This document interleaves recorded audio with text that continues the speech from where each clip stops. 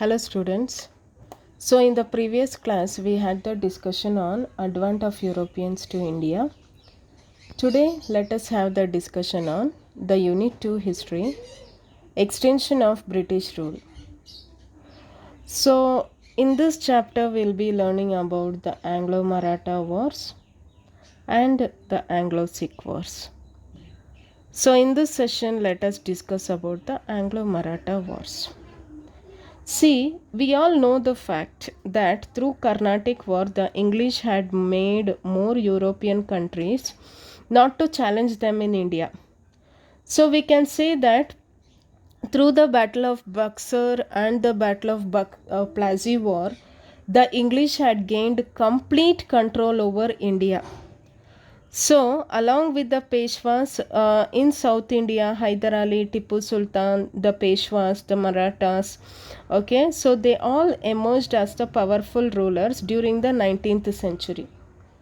So, the British also waged repeated wars from mid 18th century to mid 19th century to extend their power in India.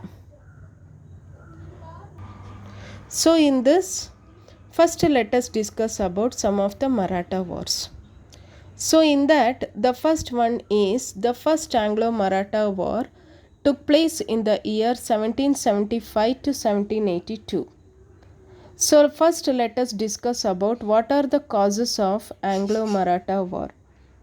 So the Maratha installed Shah Alam II as the Mughal Empire in Delhi, but this Shah Alam II was under the control of the British. So Shah Alam II was under the control of British. So here we can say that what led to the real war between the Marathas and the British. So what made the British and the Marathas to come face to face is this Shah Alam II, he gave Kora and Allahabad to Marathas in the beginning. But later on, he gave that to, that is from taking from Marathas, he gave that to the British. So this resulted between the enmity between the Marathas as well as the British. The next thing is the strongest army among the Marathas, that is the death of Madhav Rao II. So when Madhav Rao died, it led to a very severe setback for the Marathas. So though his brother Narayan Rao he came to power. So Narayan Rao he came to power. So even though Narayan Rao came to power, he was not able to sustain because he was murdered by Raghunath Rao. So Raghunath Rao, who was very ambitious, so he had the desire to become the Peshwa. So as he wanted to become the Peshwa, he murdered Narayan Rao. He murdered Narayan Rao for the post of the Peshwa. So with the upset, that is the Marathas, they were very much upset with this act of Raghuba. So as the Marathas opposed Raghunath Rao, he sought the help of the British. So Raghunath Rao, he approached the British. So now the British decided to exploit the situation. So there was a long war waged between 1775 to 1782 between the Marathas and the British. So in the beginning Marathas were in the upper hand, but later on the Marathas they lost the war. So we can say that this war it ended with the Salbai Agreement.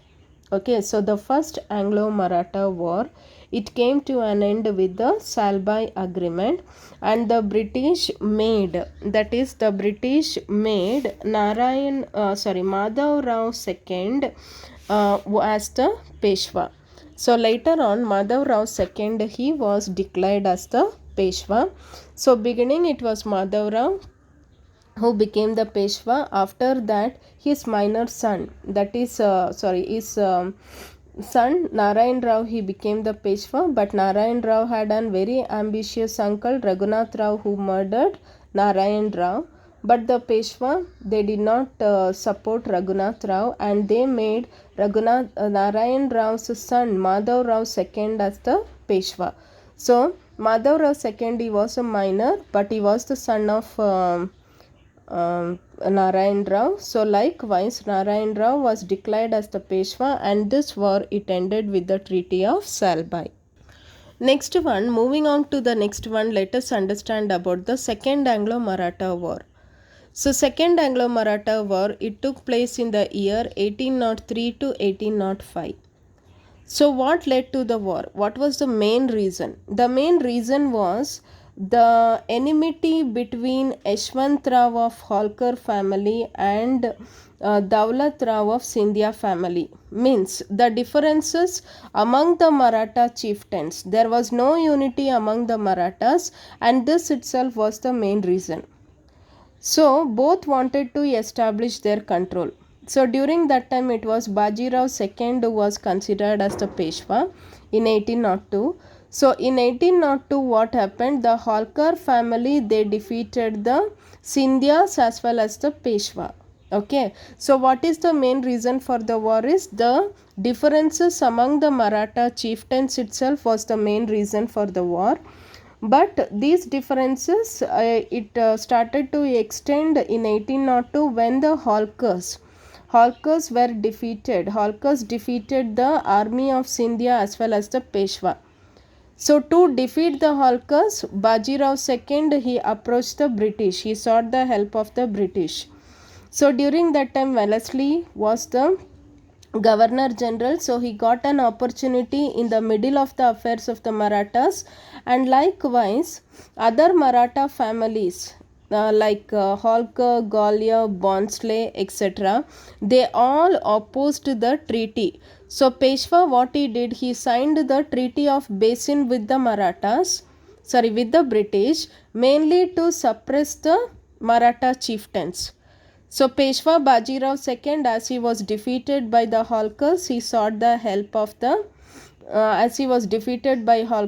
sought the help of the British by entering into the Treaty of Basin. But the Holkars of Gwalior, the armies of Maratha families and all, they opposed this. But Wellesley, he was waging continuous war from 1803 to 1805. So as he was waging continuous war, his thirstiness increased for the war, which led to the financial burden in the company. So likewise, Wellesley resigned from his post because he was waging continuous war, which led to the loss in the company. So this resulted in the peace in this region. The last war we have is the Third Anglo-Maratha War.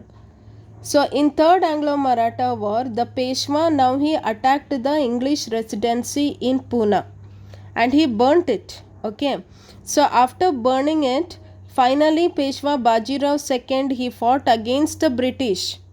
So he fought against the British at Karagon as well as the Asti, but he was completely defeated and he surrendered. So this war ended the title Peshwa. So who is a Peshwa? Among the Marathas, the Maratha Prime Minister is called as an Peshwa.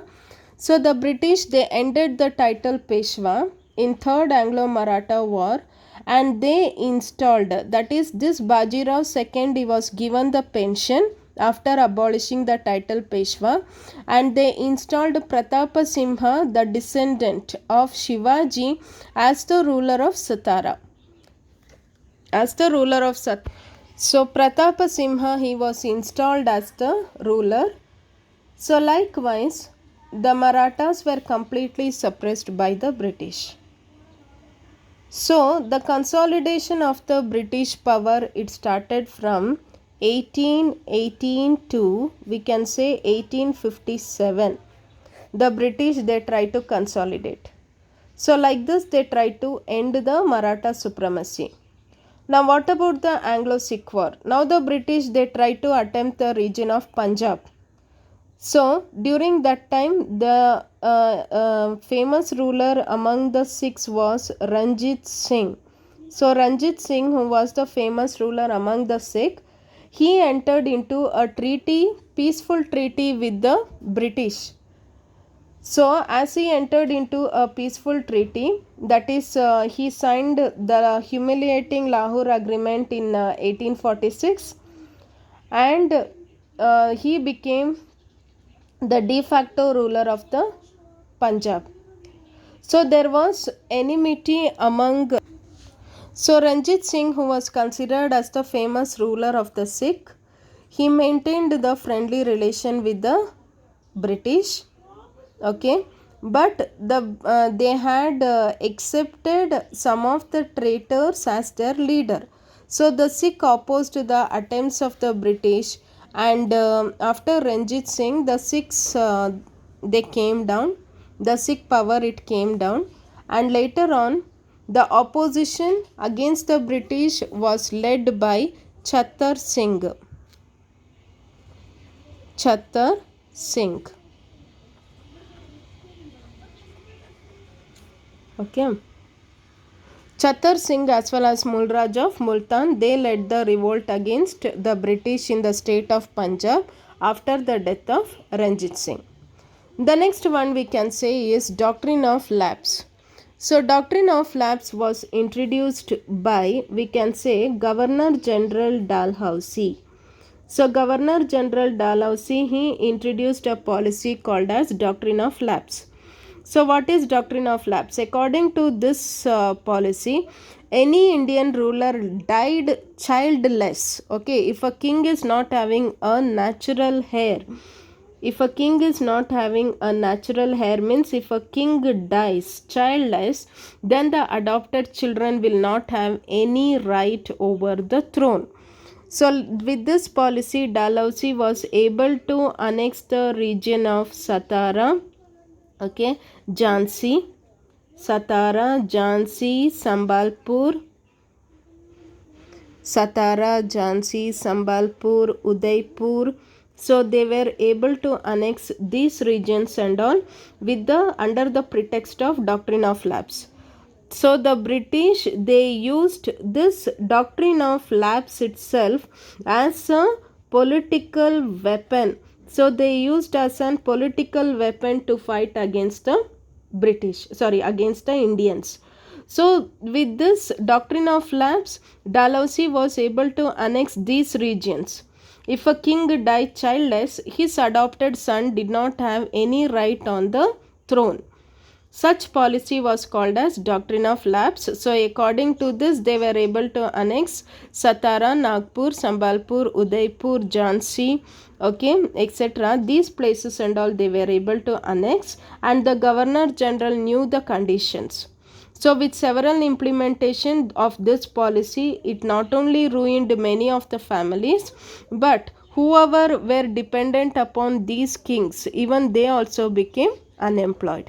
So in the next class, we'll come up with a new lesson. Thank you, students.